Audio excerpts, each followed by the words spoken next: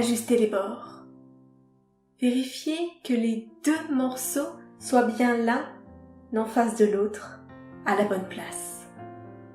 Puis doucement, avec patience, appuyez pour marquer le pli.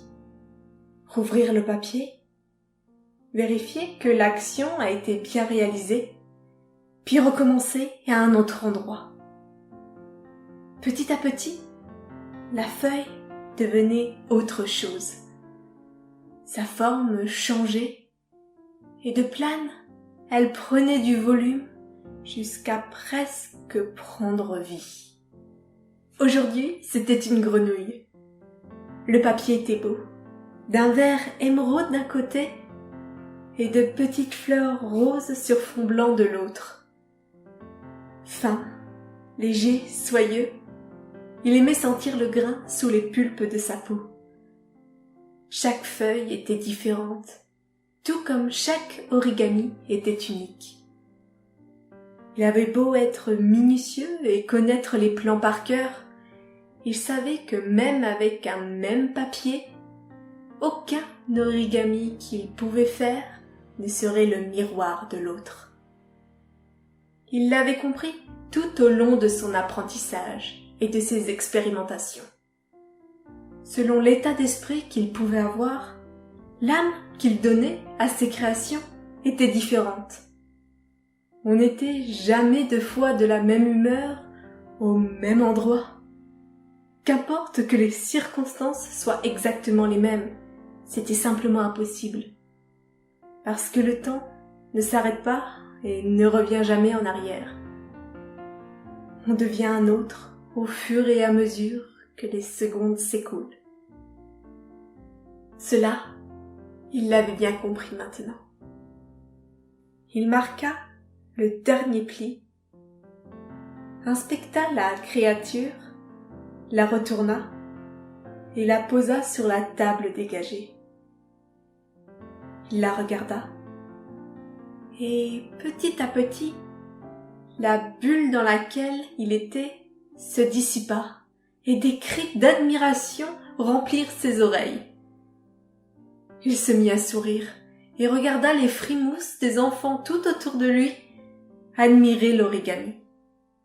C'était toujours les mêmes effets, quel que soit ce qu'il pouvait faire, et cette innocence infantile l'amusait toujours. Il se mit à sourire encore plus et approcha la main du pliage.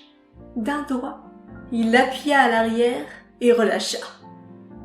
La grenouille s'anima alors et fit un bond en avant. Les rires des enfants se déclenchèrent, même si la bestiole ne retomba pas sur ses pattes. Ils étaient bruyants, bien loin de la plénitude dans laquelle il s'enfermait lorsqu'il pliait. Mais ça ne le dérangeait pas. Il récupéra l'origami et le donna à la petite Emma. Demain, ce serait un autre enfant qui choisirait son papier et son modèle, et il recommencera. Les enfants se dispersèrent, allant avec sa collègue le temps qu'il range ses précieux papiers dans le placard. Il devait en racheter. Pas qu'il en manquait, mais certaines couleurs et imprimés étaient plus privilégiés par ses petits protégés.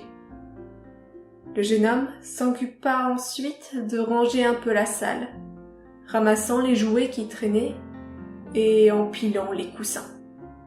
Enfin, il sortit de la salle et passa dans celle de personnel. Il ouvrit la porte-fenêtre, alluma sa cigarette et souffla la fumée qui se dispersa rapidement. C'était bien la seule mauvaise habitude qu'il avait gardée. Avant, dans sa jeunesse, qui n'était au final pas si loin, une petite quinzaine d'années tout au plus, il avait été ce qu'on pouvait appeler, simplement, un mauvais garçon. Il insultait ses parents, ses professeurs et toutes les personnes qui osaient le regarder de travers. Il avait fugué un nombre incalculable de fois, s'était fait conduire au poste de police pour des petits vols dans des magasins et avait commencé à fumer alors qu'il n'avait même pas la majorité. Pourquoi il avait fait ça ? Sans doute simplement pour qu'on le remarque. Cela avait marché, mais les retombées n'avaient pas été ce qu'on pouvait appeler de positives. Au final, il avait été livré à lui-même, et personne ne croyait en lui. Il n'y avait plus rien à faire, il était un échec, il allait mal tourner. C'est ce qu'on lui avait dit, et ça l'avait marqué. Pourtant, il y avait une personne qui lui avait tendu la main. D'abord pour lui donner la correction de sa vie, puis seulement après pour lui venir en aide. C'était devenu son tuteur légal, ses parents ne voulant plus de lui. Il l'avait laissé avec lui sans le connaître ni d'Ève ni d'Adam. Ce jour-là, il se souvenait juste s'être senti pire qu'un objet qu'on jette, et pourtant, c'était une certaine vraie liberté qui s'offrait à lui. Pourquoi son tuteur avait-il fait cela ? Il ne le savait pas, et il ne le saurait jamais, puisqu'il était décédé 2 ans auparavant. C'était lui qui lui avait appris l'origami, qui lui avait appris qu'on pouvait changer à n'importe quel moment. On ne pouvait certes pas revenir en arrière, mais on avait la chance d'évoluer avec le temps qui passe et de créer notre avenir. Une feuille de papier reste plane et banale tant qu'on ne décide pas de lui insuffler de la vie et de lui donner une nouvelle existence. Cette activité lui avait aussi permis de contrôler ses sautes d'humeur et lui avait appris la patience et la minutie. Cela n'avait pas été une partie de plaisir tous les jours, et il s'était souvent rebellé. Mais quand il voyait le chemin parcouru maintenant et ce qu'il avait été, il ne pouvait être qu'heureux d'avoir abandonné toute cette colère. Écrasant son mégot dans le cendrier, il referma la porte et fit demi-tour, retournant dans sa salle, et prépara l'activité suivante en disposant les crayons multicolores et les feuilles à dessin sur chaque table. Une fois fait, il alla s'accouder à la fenêtre donnant sur la cour. Il regarda les enfants s'amuser en souriant doucement. Ils étaient tellement pleins de joie et d'énergie à cet âge, si insouciants. Cela lui faisait toujours chaud au cœur.